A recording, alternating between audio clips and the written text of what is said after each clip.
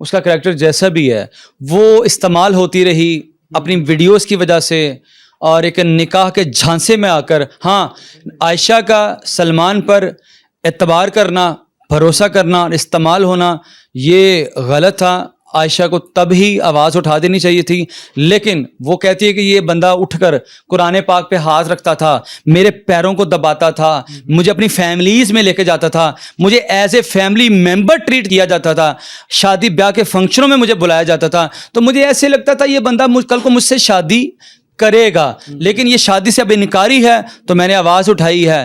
میرا قطعی ان کو ذلیل کرنے کا کوئی ارادہ نہیں تھا.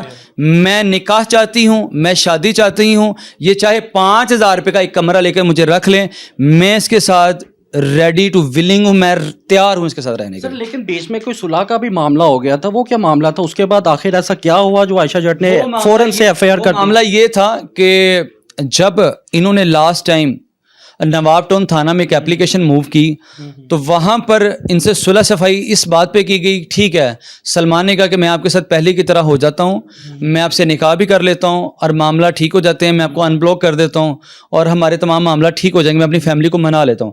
جب کچھ دن گزرے اور عائشہ نے یہ دیکھا کہ یہ بندہ پہلے مجھ سے کانٹیکٹ کرتا تھا, اب مجھ سے کانٹیکٹ سے بھی گیا اور کسی پلیٹ فارم میں مجھے جواب بھی نہیں دے رہا, میں جاتی ہوں مجھے مل بھی نہیں رہی, نہ مجھے شادی کا نہ ان کا فیملی ممبر, بلکہ ایون کہ عائشہ نے رجب کی والدہ کو بھی کال کی, رجب کی فیملی ممبرس کو کال کی, اس کو کریکٹر لیس گالی گلوچ کر کے شٹ اپ کال دے دی گئی, جس کی بابت عائشہ نے میرا انتخاب کیا, میرے پاس آئی, مجھے کہا کہ مجھے انصاف دیں, اور ہم نے عدالتوں کا دروازہ کھڑکایا, تھانوں کا دروازہ کھڑکایا اور ایک ایف آئی آر آپ کے سامنے ہے. ہم نے تب بھی انہیں ایک میسج پیغام جاری کیا کہ آپ لوگ نکاح کر لیں, دونوں فیملیز بیٹھ جائیں, سوشل میڈیا کو چھوڑ دیں, آپ دونوں فیملیز کی بدنامی ہو رہی ہے. لیکن ان لوگوں نے ایک جون تک ان کے سر پر نہیں رنگی, ان کو ذرا سے ٹسل سے مسل نہیں ہوئے, اور آج گھر میں ریڈی ہو رہی ہیں, لائٹیں بند ہے, باعث شرم ہے, شرم نہیں آ رہی دونوں فیملیز کو. سر یہ بتائیے گا کہ 2 سال پہلے جب رجب بٹ اتنا مشہور نہیں تھا تب اس کے ساتھ بھی یہ معاملہ چلتے رہے عائشہ جٹ کے ساتھ, لیکن 2 سال بعد ایسا کیا واقعہ ہوا؟ تو اس طرح کے معاملات عائشہ 2 سال یہ ریلیشن میں رہی ہے نا, تقریباً پونے 2 سال کے قریب ہیں. تب دوستی تھی, صرف بات ہوتی تھی, مل ملاپ یہ جتنی بھی چیزیں پچھلی 6-7-8 مہینوں کے اندر یہ چیزیں جاری ہوئی ہیں ان کی. اور جب رجب کی والدہ دیکھیں, آپ دیکھیں رجب کی شادی پر یہ لڑکی وہاں پر موجود ہے اور اس کی بابت ویڈیوز بھی سوشل میڈیا پہ اپلوڈ ہیں, رجب کے دوستوں کے ساتھ بھی, ان کے ساتھ بھی. دیکھیں آپ نے اس سے پہلے جب اس کو استعمال کرتے رہے تب آپ اس کا کریکٹر نہیں دیکھتے تھے, جب آپ کا جو ضمیر ہے, آپ کی جو ہوس ہے وہ پوری ہو گئی ہے, آپ کو اب اس پر فیلنگز ختم ہو گئی ہیں, اب آپ کو وہ اچھی نہیں لگ رہی. جب اچھی لگتی تھی, جب اس پر فیلنگز تھیں, تب یہ کریکٹر لیس نہیں تھی. جب یہ کریکٹر لیس آپ کو فیل ہوئی ہے تب آپ اس کا پیچھے چھوڑ گئے. اور جو بات کرتے ہیں نا یہ کریکٹر لیس ہے, یہ سلمان نامی بندہ اپنے دوستوں سے خود اسے میسج کرواتا تھا, خود کالز کرواتا تھا اس کو پھنسانے کے لیے کہ مجھے اس طرح کے کلو مل جائیں, مجھے اس طرح کا ایویڈنس مل جائے تاکہ میری اس سے جان خلاصی ہو جائے. جب اس نے شادی کا مطالبہ کیا تو رجب بٹ لوگوں نے, اس کی فیملی لوگوں نے سلمان کو کہا کہ بندے دا پتر بن, انہوں بلاک کر, انہوں فارغ کرا. اس کی بابت آج اس نے سٹینڈ بائی ہو کر ان پر ایف آئی آر کرا. ایسا رجب بٹ پر گزشتہ کچھ عرصہ پہلے معاملہ چلے تھے تو رجب بٹ نے پاکستان ملک چھوڑ دیا تھا, اگر سلمان پاکستان چھوڑ دیتا ہے تو اس کیس کے کیا ویلیو دیکھتے ہیں آپ؟ دیکھیں جی, اگر تو وہ ملک چھوڑ دیتا ہے تو بالکل وہ پی او ڈکلیئر ہو جائے گا. کل کو ہم 87-88 کی کاروائی کریں گے, اشتہاری ڈکلیئر ہو جائے گا. کل کو ہم اس کا آئی ڈی کارڈ بھی, پاسپورٹ, ہر چیز بلاک کروا دیں گے. اگر وہ مان جاتا ہے نکاح کرنے کے لیے, تو مان جائے میرے بھائی, نکاح سننا ہے تو عدالت نے بھی اسے کہنا ہے. اگر عدالت میں پیش ہوتا ہے اور تو جج صاحب یہ کہتے ہیں جی آپ دونوں نکاح کر سکتے ہیں, نکاح, اگر وہ ان کا وکیل یا وہ لوگ کہتے ہیں کہ ٹھیک ہے ہم نکاح کرنے کو تیار ہیں, جج صاحب نے کہنا ٹھیک ہے ہم نکاح کر رہے ہیں, میں اس کو جو وڈرا کر لیں, بیل اپنی وڈرا کر لیں, یا میں آپ کو, پولیس تو وہیں پہ انہیں ڈکلیئر کر دے گی جہاں پر اگر یہ نکاح کر لیتے ہیں, وہ انہیں لکھ دینا اب تو یہ میاں بیوی ہے, اور جہاں پہ میاں بیوی آ جائے وہاں پہ 376 کا کنسیپٹ ختم ہو جاتا ہے. سر 2 سال دوستی رہتی ہے لیکن ایف آئی آر میں زنا بالجبر لکھوایا جاتا ہے, اس معاملے میں تھوڑی سی روشنی ڈالیے گا. دیکھیں جی, میں نے رضامندی ظاہر ہوتی ہے. دیکھیں میں بار بار 376 کی ڈیفینیشن بتا چکا ہوں.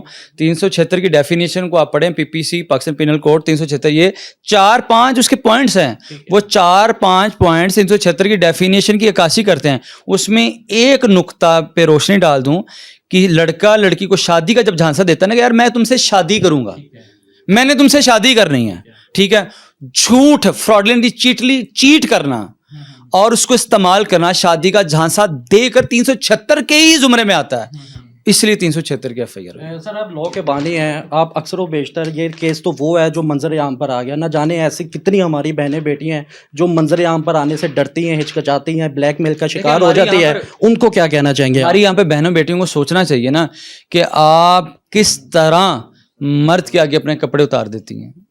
آپ اپنے والدین کی عزت کو نہیں دیکھتی, آپ اپنے خاندان کی عزت کو نہیں دیکھتی. تو آپ, اور سب سے بڑی بات, آج کل جو لڑکیاں نیوڈ پکس اپنی ویڈیوز لڑکوں کے جھانسے میں آ کر انہیں سینڈ کرتی ہیں, نہ کیا کریں. یہ جو عزت ہے نا, یہ ایک بار چلی جائے دوبارہ آپ کے پاس لوٹ کر نہیں آنی, اور آپ کو انہوں نے استعمال ہی کرنا ہے.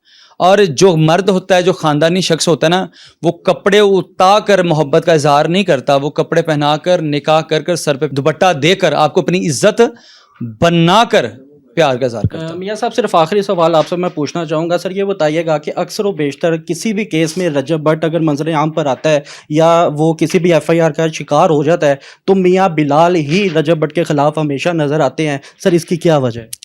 دیکھیں جی, میری رجب بٹ سے یار کوئی ذاتی رنجش نہیں ہے, کوئی اختلاف نہیں, اس کی پرسنل لائف ہے, نہ میں اس کی ذاتیات پہ بات کرتا ہوں. اچھا, میں نے آج تک, آپ یہ بتائیں, کبھی رجب بٹ کی پرسنل زندگی پہ آواز اٹھائی ہے؟ جب بھی ہمارے ملک کے بارے میں, مذہب کے بارے میں اس طرح کوئی کنٹروورسی ہوتی ہے, وہاں پر میں سٹینڈ بائی کرتا ہوں. اور یہاں پر بھی میں عائشہ جٹ کے گھر چل کے نہیں گیا, عائشہ جٹ چل کر خود آئی, کیونکہ اسے پتا تھا کہ میاں بلال کو رجب بٹ خرید نہیں سکتا اور نہ ڈرا سکتا. اگر وہ نکاح نہیں کرتے تو اگلا لایا عمل کیا ہوگا؟ ایز پر لا جو بھی کورٹ کی پریسیڈنگ ہوگی تو وہ ہم انشاءاللہ فالو کریں گے. بہتر ہو گیا. Thank you sir.